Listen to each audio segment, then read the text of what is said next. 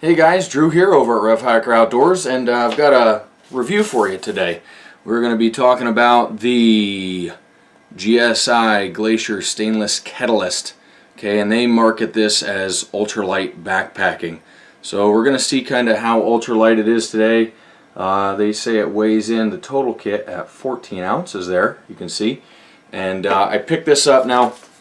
I picked it up in a store, but from what I found, it's pretty much the same price almost no matter where you go. I found it on Amazon for anywhere between like 31 and 35 bucks, and I think it was like $34 in the store, so it's a pretty consistent pricing. Anyway, let's get down to what it has. It comes with this kettle, which has a 1 liter capacity. I'll start out by just saying my likes about this kettle. Number one, I think for the winter ultralight, this would be great for melting snow and things like that. So it might not be the absolute lightest option when it comes to, you know, maybe some 3-season stuff, but I could see this having a lot of versatility in the winter and being pretty handy. It does have this nice bail on top, which does have a detent that keeps it up straight, so if you wanted to hang this over campfire, totally work for that. Also, this ring is nice and tight in here, so you can either knock that down for storage or bring it back up and it'll stay there, so that you could lift this off with a pair of pliers or, you know, like a stick or anything like that, and just kind of get it in and out of there. It's a little tight to get it on and off with the bail in the up position, but just comes up a little bit and slide it back. Now you can see I do have 2 cups of water in here, which I am going to boil. And actually, let me get that started right now so that I can talk about some of the other stuff we've got going on here. So this is, you guys might have seen this in some other videos. This is my ultralight DIY alcohol stove. And I made that out of a Mountain Dew can, I believe it was. And so I wanted to test it on this first, because this is the most common stove that I use for ultralight. Now, in the winter, I will bring this, but I also like to bring my MSR Pocket Rocket crate stove. If you guys check out my stove shootout, you'll see that these two stoves are great, and they have pretty good boiling times. So I'll put a link for that either up in the corner or down in the description box. So while that's just about warmed up, I don't know how well you're going to be able to see it, but it's starting to kick out of the, yep, there it is, kicking out of the burners. So I'm going to go ahead and set that on there. Yeah, it's just about centered. So we'll just let that go, and I'll talk a little bit more about the rest of this kit. So what you're going to get in the kit besides that is this actually nests quite nicely right inside of there, and this is a bowl and a cup, and then inside this little sip lid that they give you on the cup comes this little spork, collapsible spork.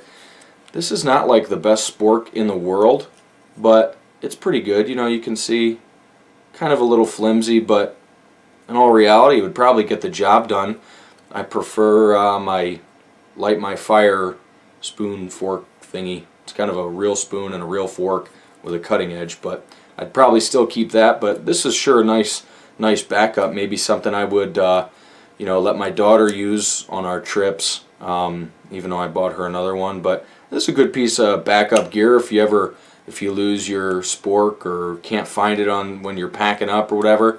This could certainly serve as a half decent backup. All of the plastics that they use for these cups are BPA free. Oh, one note, if you wanted to just take this kettle and eat and drink and do everything out of it like I do with my Sierra cup, it is 9 ounces. So it's not exceptionally light, but it's still better than 14. So anyway, here we go. These nest kind of nice and tight. Might be a little bit hard to see. Maybe if I put this back in, it'll be easier. But on the inside of this, it's going to be difficult. You can see the lines a little bit there. They do have graduations on this in both milliliters and on the other side ounces and cups. So this is not quite 2 cups you can fit in here for the bowl portion. And obviously the cup is smaller. And you know what's kind of cool is it has this little neoprene sleeve on here. Grips on there pretty nice, but that kind of keeps everything nice and tight. But also, if you're going to make tea or anything like that, you could totally put that right in here, and this will keep your hands from getting burned. Obviously you can't cook on either of these, but as far as cooking in the pot and then eating or drinking out of these, I think it's a really good kit. Now GSI bills this under, they call it the N-Form ultralight systems, and I guess they are ultralight compared to, say, you know, other cook systems are out there. I mean, I know guys that'll carry like a full size, like 9-inch non-stick coated skillet. So yeah, this is definitely going to be lighter in a lot of ways, and I think it's going to do a pretty good job for you.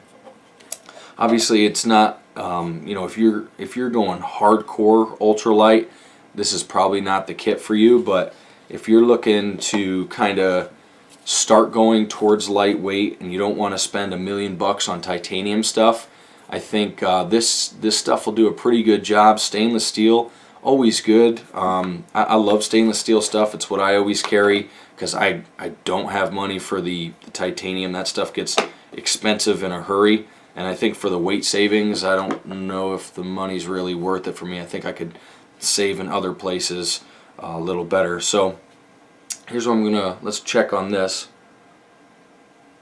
The bail stays nice and cool. Get a little bit of heat on your lid.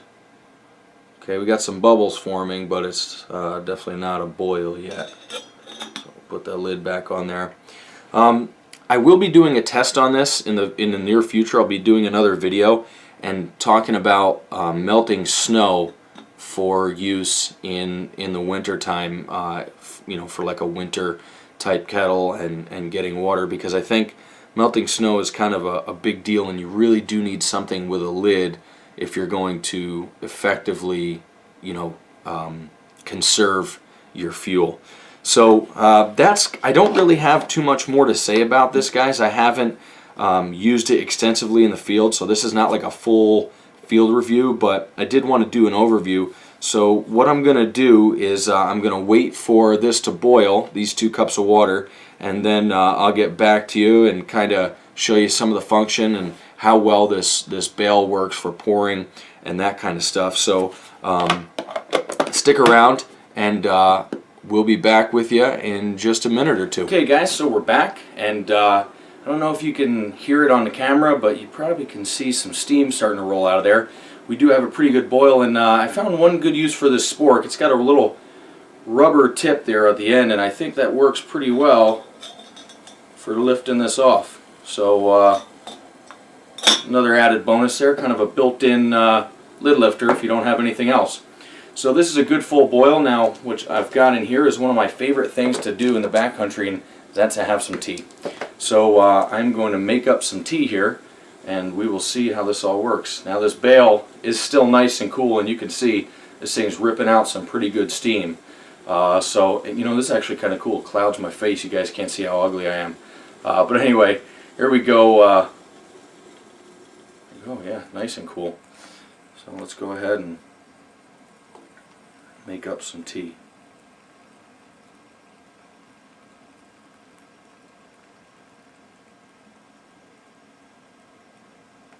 Alright, that's about as much as I want there. Woo!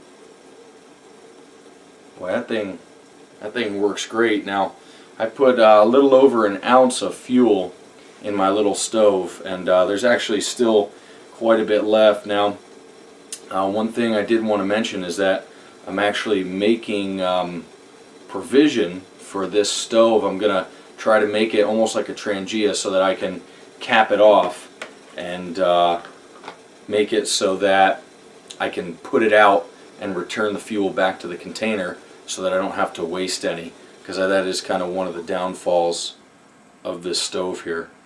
And yeah, let's see how this does here. if I could blow this out. I've never actually tried. I know a lot of guys kind of hate on alcohol stoves because they say that you can, the wind affects them, but